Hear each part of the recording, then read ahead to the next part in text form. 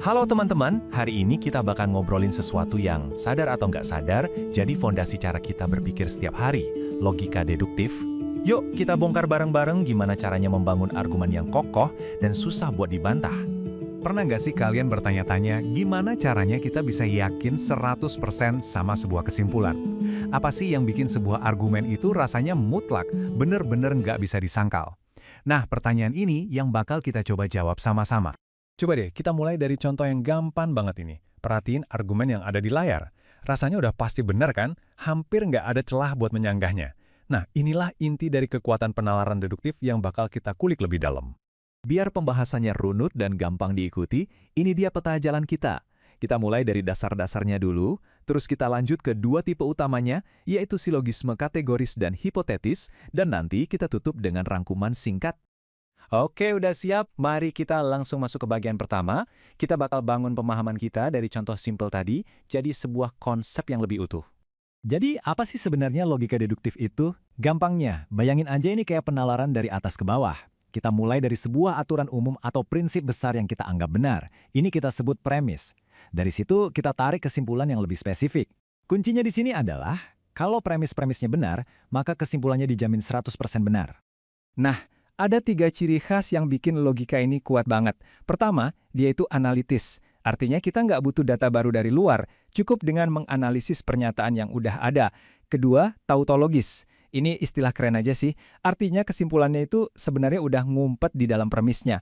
Dan yang ketiga, a priori. Artinya kita bisa sampai pada kebenaran tanpa perlu melakukan observasi atau eksperimen di dunia nyata. Semuanya murni permainan akal. Sekarang kita masuk ke tipe yang pertama, yang mungkin paling sering kita pakai tanpa sadar. Anggap aja ini logikanya pengelompokan atau bikin kategori. Silogisme kategoris, ya namanya juga kategori, jadi ini semua tentang kelas atau kelompok. Logika ini bantu kita buat mutusin apakah sesuatu itu termasuk dalam sebuah grup atau malah di luarnya, berdasarkan dua pernyataan awal. Yuk kita bedah studi kasus dari biologi ini. Premis mayornya ngasih aturan umum yang besar. Semua ikan punya insang. Terus, premis minornya menempatkan subjek kita ke dalam kategori itu. Semua salmon adalah ikan. Dengan dua premis ini, kesimpulannya jadi nggak bisa dihindari. Jadi semua salmon punya insang. Simple dan logis banget kan? Pola kayak gini tuh ada di mana-mana. Contoh pertama soal Adam, polanya sama persis kayak salmon tadi. Contoh kedua nunjukin gimana kita bisa narik kesimpulan tentang sebagian kelompok. Nah, contoh ketiga ini agak tricky nih. Hati-hati, ini bisa jadi jebakan.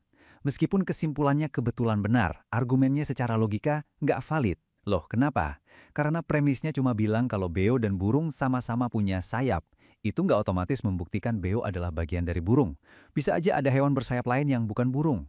Ini nunjukin betapa pentingnya struktur yang pas dalam berlogika. Pada dasarnya, ya ini fungsi silogisme kategoris. Dia kayak alat mental kita buat bikin folder-folder di dalam pikiran, terus masukin informasi ke folder yang tepat, dan ngertiin hubungan antar folder itu dengan rapi. Oke, kita geser ke tipe kedua, yang fokusnya ke hubungan kondisional. Ini adalah logikanya jika, maka. Silogisme hipotetis ini selalu dimulai dengan premis berbentuk jika, maka. Bagian jikanya itu kita sebut anteseden. Gampangnya, itu syaratnya. Sementara bagian makanya itu disebut konsekuen. Ini adalah akibat yang bakal terjadi kalau syaratnya terpenuhi. Salah satu polanya yang paling umum dan kuat banget, itu namanya modus ponens. Aturannya lurus banget. Kalau kita punya aturan, jika P maka Q, terus kita tahu bahwa P terjadi, maka kita bisa dengan pasti menyimpulkan Q pasti terjadi. Mirip kayak efek domino gitu. Coba deh, lihat studi kasus kesehatan ini. Ini modus ponens dalam aksi nyata. Premis mayornya kasih kita hubungan sebab akibat. Terus premis minornya ngegasin kalau sebabnya, yaitu refund rutin olahraga, udah terpenuhi.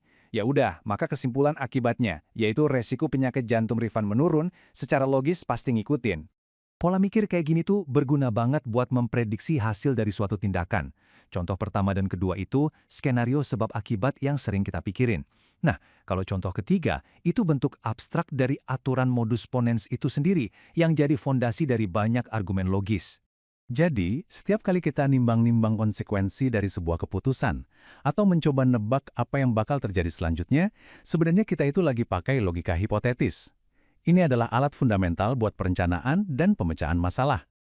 Baik, Kita udah bedah 2 tipe utama dari logika deduktif. Sekarang, yuk kita satukan lagi keduanya, biar gambaran besarnya makin jelas. Nah, slide ini ngerangkum perbedaannya dengan jelas banget. Silogisme kategoris itu soal apa itu sesuatu, fokusnya ke pengelompokan. Di sisi lain, silogisme hipotetis itu soal apa yang terjadi jika, fokusnya ke prediksi dan konsekuensi. Cara kerjanya beda, tapi tujuannya sama. Dan inilah benang merahnya. Meskipun pendekatannya beda, dua-duanya itu adalah jalan yang sama-sama valid dalam logika deduktif.